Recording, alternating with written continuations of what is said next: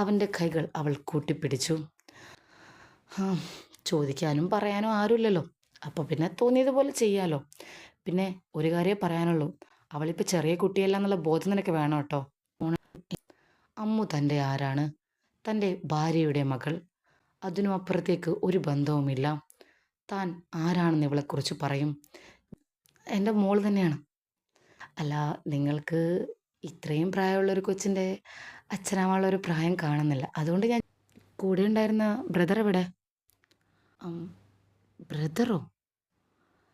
കുട്ടിയുടെ കൂടെ ഒരാളുണ്ടായിരുന്നല്ലേ, ബ്രദർ അല്ലേ അത്? ബ്രദർ? ഏ?